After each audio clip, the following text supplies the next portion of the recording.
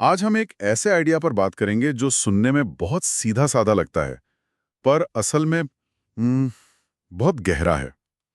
Idea है गलती की गुंजाइश। गलती की गुंजाइश। हाँ, इसका सीधा सा मतलब ये है कि किसी भी प्लान का सबसे जरूरी हिस्सा ये प्लान करना है कि आपका प्लान प्लान के मुताबिक नहीं चलेगा। और दिलचस्प बात यह है कि ये आइडिया किसी बिजनेस स्कूल से नहीं आया। इसकी जड़ें हैं एक बहुत ही, कह सकते हैं, हैरान करने वाली जगह पर, लास वेगस के कसीनो। हाँ, हम देखेंगे कि जो प्रोफेशनल ब्लैक जैक खिलाड़ी होते हैं वे हमें पैसे, जोखिम और अनिश्चितता के बारे में क्या सिखा सकते हैं। और ये सिर्फ जुए की बात नहीं है, ये इस बात को स्वीकार करने के बारे में है कि भविष्य का अंदाजा लगाना नामुमकिन है।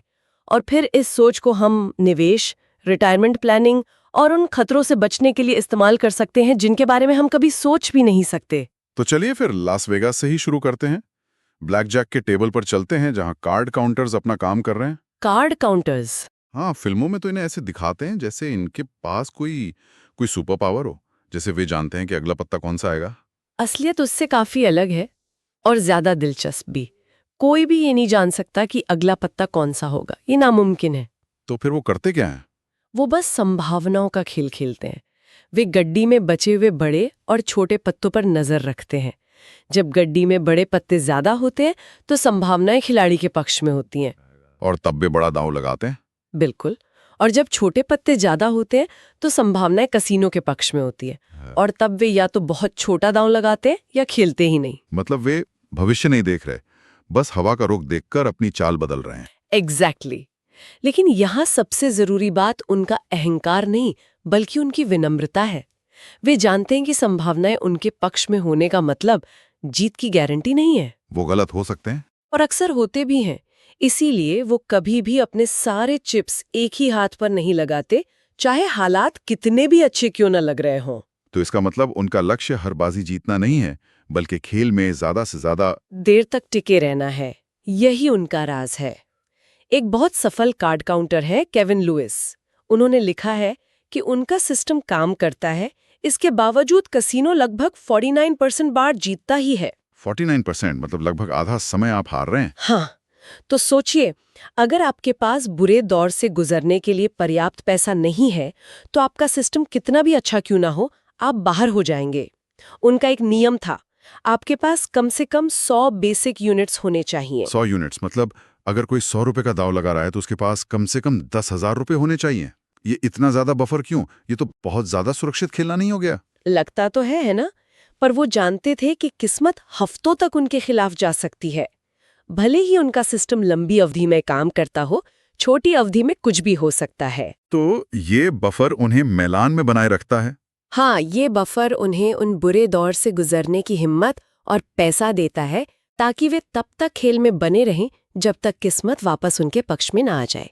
और यही बात, मतलब ब्लैक जैक टेबल का ये सिद्धांत हमें निवेश की दुनिया के एक बहुत बड़े नाम की याद दिलाता है। Benjamin Graham. हाँ, बेंजामिन ग्राहम और उनका मार्जिन ऑफ सेफ्टी का आइडिया, यानी सुरक्षा का मार्जिन। और ग्राहम ने एक इंटरव्यू में एक ऐसी बात कही थी जो इस पूरे आइडिया का सार है। उन्होंने कहा, सुरक्षा के मार्जिन का उद्देश्य पूर्वानुमान को अनावश्यक बनाना है। वाह, पूर्वानुमान को अनावश्यक बनाना, ये तो सोचने का पूरा तरीका ही बदल देता है। मतलब सारा ध्यान सही होने से हटकर बर्बाद ना होने पर आ जाता है। बिल्कुल। इससे कितना मानसिक दबाव कम हो जाता है। बड़े निवेशक अपनी भविष्यवाणी की सटीकता पर दाव नहीं लगाते, वे अपनी सहन शक्ति पर दाग लगाते हैं। लेकिन हम इंसानों को ये पसंद नहीं आता, हमें निश्चितता अच्छी लगती है। सही बात है। स्टॉक एनालिस्ट एक प्राइस रेंज नहीं देते, वे एक सटीक प्राइस टारगेट देते हैं।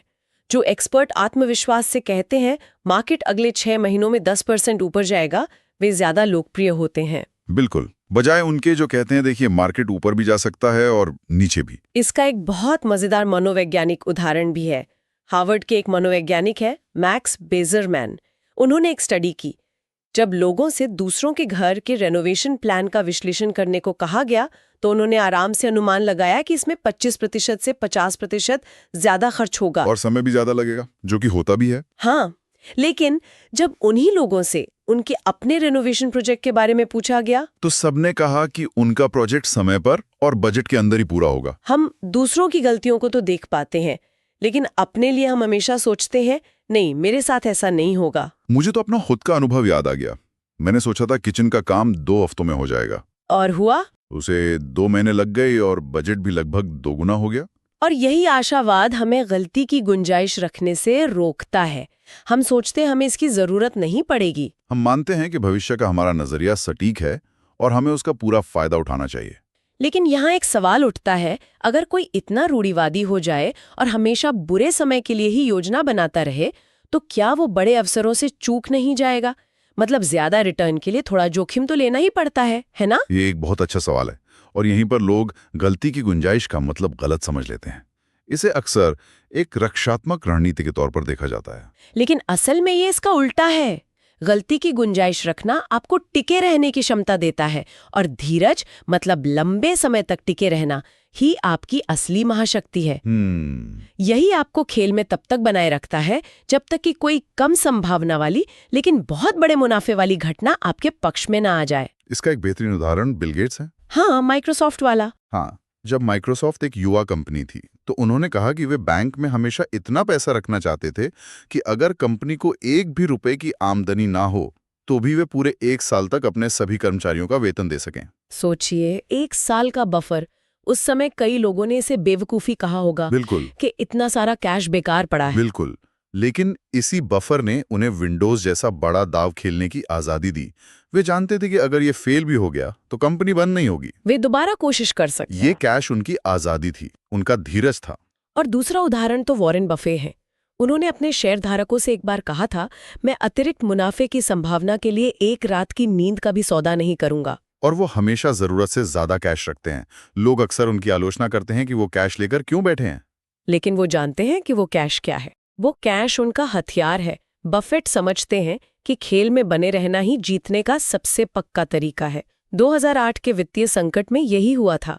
कई अच्छी कंपनियां दिवालियां हो गईं क्योंकि उनके पास कैश नहीं था। और उस समय बफेट उसी कैश से बेहतरीन कंपनियों को बहुत सस्ते दामों पर खरीद रहे थे। उनका मार्जिन ऑफ सेफ्टी सिर्फ उन्हें बचाता नहीं बल्कि उन्हें मौके भी देता है। ठीक है, तो ये तो बड़े निवेशकों और कंपनियों की बातें हुई। एक आम इंसान, एक सामान्य निवेशक अपनी रोजमर्रा की वित्तीय योजना में इसे कैसे लागू कर सकता है? 2 बहुत अच्छे उदाहरण हैं। पहला है बाजार की अस्थिरता से निपटना। कागज पर मतलब स्प्रेडशीट पर कोई भी अपने निवेश में 30% की गिरावट झेल सकता है। हाँ, हिसाब किताब में तो सब ठीक लगता है, लगेगा कि हाँ बिल भरे जा सकते हैं, हम ठीक रहेंगे। लेकिन असल में जब आप अपने रिटायरमेंट अकाउंट को 1/3 कम देखते हैं तो वो सिर्फ एक नंबर नहीं होता, वो आपके भविष्य की सुरक्षा होती है जो धुएं में उड़ती ही दिखती है। डर और घबराहट हावी हो जाती है। और ज्यादातर लोग सबसे बुरे समय पर ही, जब बाजार सबसे नीचे होता है, घबराकर सब कुछ बेच देते हैं। बिल्कुल। इसलिए तकनीकी रूप से आप कितना जोखिम झेल सकते हैं और भावनात्मक रूप से आप कितना झेल सकते हैं, इसके बीच का जो अंतर है वही आपकी गलती की गुंजाइश है। हाँ, शायद आपको अपनी स्प्रेडशीट की तुलना में थोड़ा कम जोखिम लेना चाहिए ताकि आप उस 30% की गिरावट के दौरान शांत रह सकें और अपने निवेश को बेचें नहीं। ये हुई आपकी भावनात्मक मार्जिन ऑफ सेफ्टी। हाँ। और दूसरा उदाहरण है रिटायरमेंट की योजना। हम क्या करते हैं? हम पिछले 50 या 100 सालों का ऐतिहासिक औसत रिटर्न देखते हैं, जैसे अमेरिकी शेयर बाजार का लगभग 6.8% प्रति वर्ष। और उसी के आधार पर अपनी सारी गणना कर लेते हैं। हम मान लेते हैं कि भविष्य भी ठीक वैसा ही होगा जैसा अतीत था। लेकिन ये तो एक बहुत बड़ा अनुमान है। कौन गारंटी दे सकता है कि अगले 30 साल भी पिछले 30 साल जैसे ही होंगे? कोई नहीं। क्या होगा अगर भविष्य के रिटर्न कम हो, या क्या होगा अगर आपके रिटायरमेंट की तारीख ठीक 2009 जैसे बड़े बाजार क्रैश के बीच में आ जाए? इन क्या होगा अगर सवालों का जवाब ही गलती की गुंजाइश है? तो इसका समाधान क्या है? भविष्यवाणी करना बंद कर दें? नहीं, समाधान ये है कि हम अपनी भविष्यवाणियों में विनम्रता लाएं। भविष्य के रिटर्न का अनुमान लगाते समय गलती की गुंजाइश का उपयोग करें।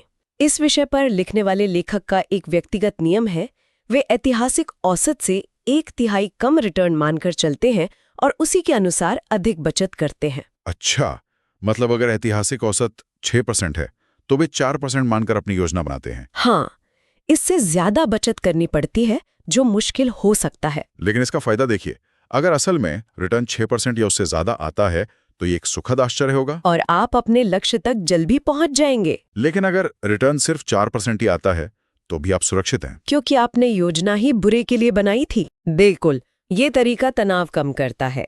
आप हर रोज बाजार देखकर चिंता नहीं करते, क्योंकि आपकी योजना पहले से ही एक बुरे परिदृश्य के लिए तैयार है। ये तो हुई उन जोखिमों की बात जिनका हम अंदाजा लगा सकते हैं, जैसे बाजार का गिरना। लेकिन गलती की गुंजाइश हमें उन जोखिमों से भी बचाती है जिनकी हम कल्पना भी नहीं कर सकते। और शायद यही इसका सबसे शक्तिशाली पहलू है। द्वितीय विश्व युद्ध के दौरान स्टालिनग्राद की लड़ाई का एक अविश्वसनीय किस्सा है। जर्मन सेना अपने पैंजर टैंकों के लिए जानी जाती थी, जो उस समय की सबसे उन्नत तकनीक थे। राइट।